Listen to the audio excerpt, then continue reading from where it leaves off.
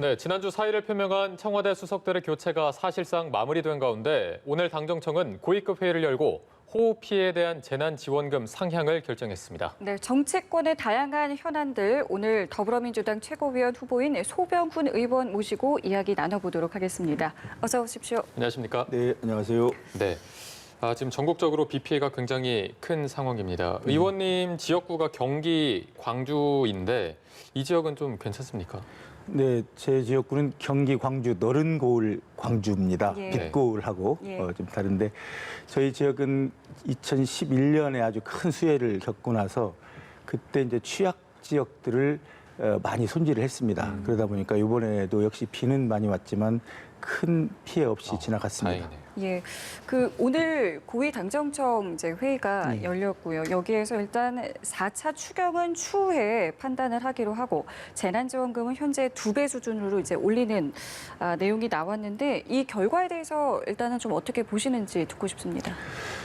그 피해 보상 뭐 이런 거랄까요? 그 부분이 사실은 기준이 예. 아마 3, 40년 전에 정해진 걸 겁니다. 그래서 저는 2배도 현실적이지 않다라는 생각은 합니다. 단순히 늘어나는 게 뭐 100%다 이런 정도로 그 큰 것처럼 보이지만 사실은 집 한 채 100만 원 보상해가지고 그리고 200만 원 보상해가지고는 손댈 수조차 없습니다. 그래서 그런 부분도 현실화시켜야 되겠다. 예. 그리고 부족하면 어차피 이게 국민들이 겪는 어려움이기 때문에 정부에서 그건 해줘야 된다는 생각을 합니다. 네.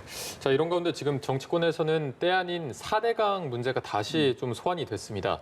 4대강 덕분이냐, 때문이냐 이 문제를 놓고 지금 논란이 계속 이어지고 있는데 야당에서는 이 섬진강이 4대강에 포함되지 않았기 때문에 피해를 더 키웠다 이런 주장인데 여기에 대해서는 어떻게 보십니까?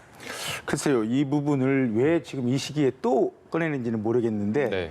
저는 그냥 그 철지난 유행가 정도로 생각하고 있습니다. 이미 지난 그 박근혜 정권에서도 그랬고 우리 문재인 정부에서도 감사원에서 감사했고 그 내용은 이제 속속들이 나와 있는데 국민들도 잘 알고 계십니다. 다만 그게 또 그 확인해야 될 문제라면 아마 이번 피해 회복이 복구가 끝나고 나면 예. 다시 한번 확실하게 조사하는 것도 좋겠다 생각을 합니다만은 저는 이게 4대강 자체가 순서가 잘못된 거다.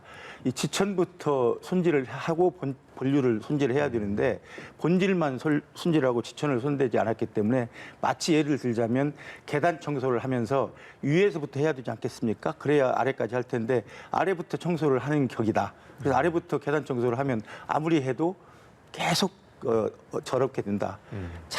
애초에 잘못된 정책인데 이것이 가끔 한 번씩 등장을 하는데요. 정말 네. 철진한 유행가 부르듯 한다. 저는 그렇게 생각합니다. 네. 그 피해 복구 이후에 4대강 사업의 어떤 실효성에 대한 어떤 조사에 대해서는 그럼 공감을 하시는 부분이십니까?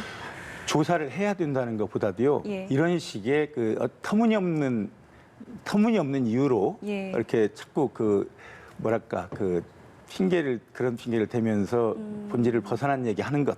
예. 이것을 그냥 좀 덮어주기라도 하려면 뭐 필요하다면 조사도 해야 된다고 생각합니다. 예. 네. 그 청와대 이야기도 좀 해보겠습니다. 일단은 지난 월요일에 이어서 이틀 만에 추가 인사가 발표가 됐고요. 이로써 이제 사퇴를 표명했던 6명 가운데 5명의 수석 비서관은 모두 교체가 된 상황입니다. 이번 어떤 청와대 인사에 대해서 일단은 좀 어떻게 바라보고 계시는지 듣고 싶습니다. 글쎄요, 이제 청와대 인사는 대통령의 고유 권한이기 때문에 제가 뭐 거기에 대해서 언급하는 것이 적절한지는 모르겠습니다만은 예. 상식적으로 생각할 때 이제 청와대 이제 후반부로 들어서지 않습니까? 예. 이쯤에는 후반부 청와대 정책, 그러니까 문재인 정부의 후반부 마무리를 위해서 여기에 적절한 그 인사들이 청와대에서 일을 하게 되는 것. 저는 뭐 그건 큰 큰 변화 아니다. 있을 수 있는 일이다. 그렇게 생각을 합니다. 다른 이유들을 붙이고 싶어하는 사람들도 있겠지만, 그건 있을 수 있는 일이다. 계획된 일일 수도 있다. 이쯤에서는 새로운 체제가 등장할 수 있다고 생각합니다. 네. 지금 민주당 최고위원회 나서는 만큼 경선 얘기를 저희가 한번 넘어가 보겠습니다. 출마를 결심하게 된 계기, 그리고 최고위원으로서 본인의 강점을 한번 먼저 들어볼게요. 가장 큰 이유라면 정권 재창출입니다. 예. 왜냐하면 정권을 다시 가져오지 못하고 나서 일어나는 일을 너무나 생생하게 봤기 때문에 지난 김대중 정부 노무현 정부 이후에 10년 동안 그 공들였던 한미 관계가 이명박 정부 들어서면서 6개월 만에 파탄나는 모습을 봤습니다. 그리고 그 후 10년입니다.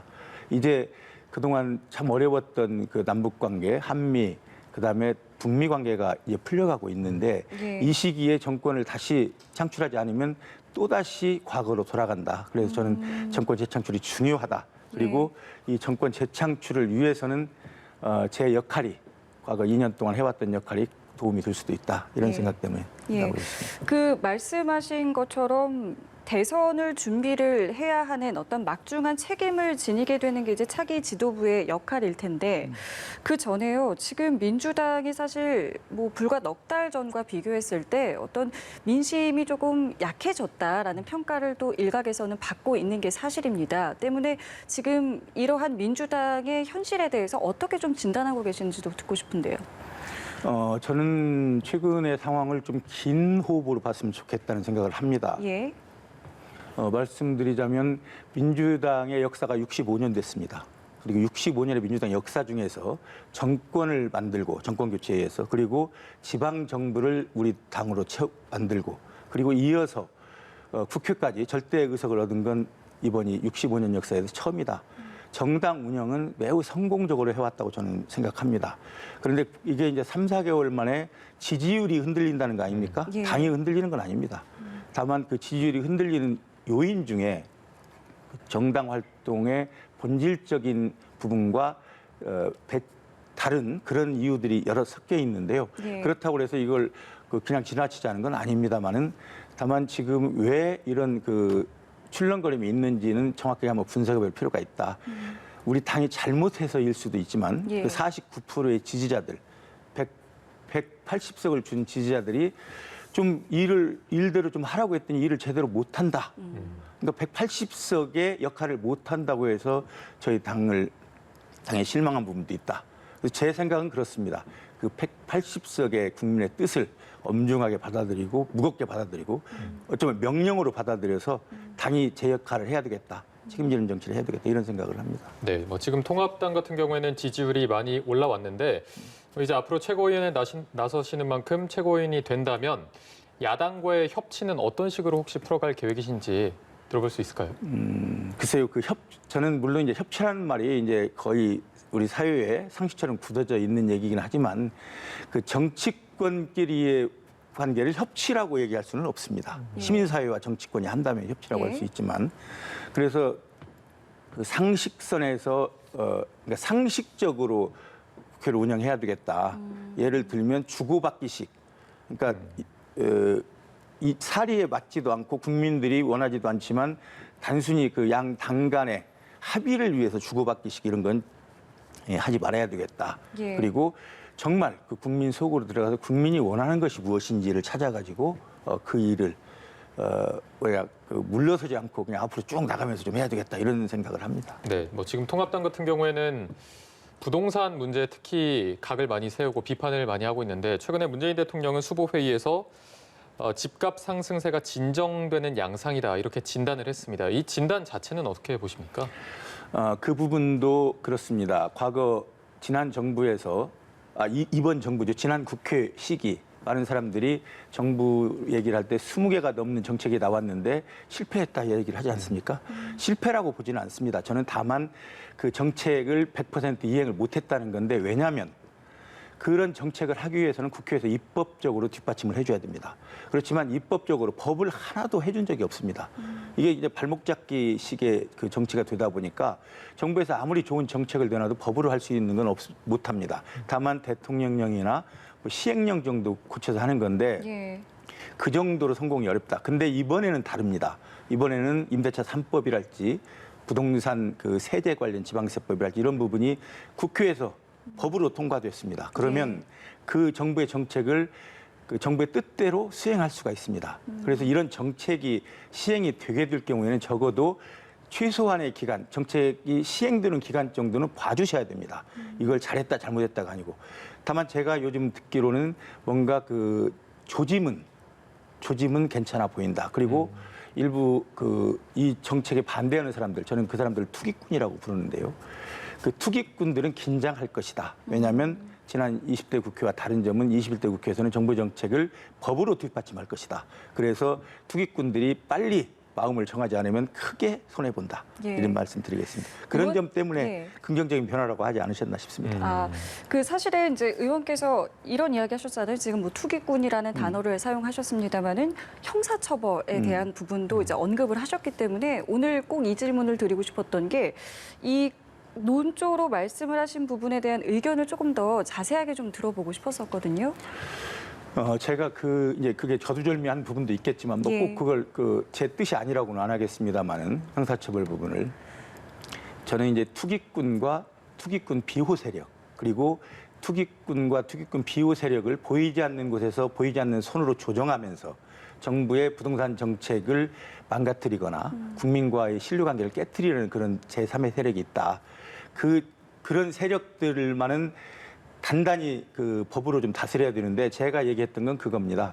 그 집 없는 서민이 집 한 칸 갖고 싶어하는 그 희망, 예. 그 희망을 뺏어간 도둑들이다. 제가 그렇게 얘기를 했습니다.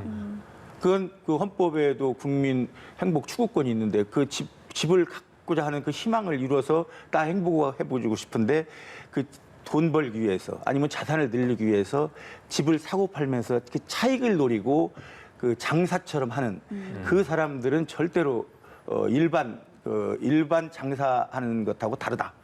그렇기 때문에 저는 이건 그 형사법으로 다스려야 되는데 그걸 제가 국토부에도 요청했습니다. 헌법에 위반되지 않은 정도 안에서는 이건 법으로 다스릴 수 있는 부분을 만들어 달라. 그리고 헌법을 벗어나지 않는다면 이미 잘못된 법들은 더 이상 집행되지 않게 해달라. 그 부분을 법을 이 자리에서 멈출 수 있도록 소급 입법이라도 만들어달라. 물론 그건 현실성은 떨어지지만 저는 계속 그 방법을 찾아볼 생각입니다. 투기꾼들과 투기꾼 비호 세력과 그 두 세력을 손으로 조정하는 그 세력을 완전히 없애기 전까지는 저는 그 일을 꼭 좀 해보고 싶습니다. 네, 그런 의미에서 좀 강한 논조로 말씀을 해주신 것 같은데 아까 이제 부동산 정책 관련해서 말씀하시기를 부동산이 어쨌든 시간이 조금 걸리는 만큼 정책이 시행될 때까지는 더 지켜봐야 한다.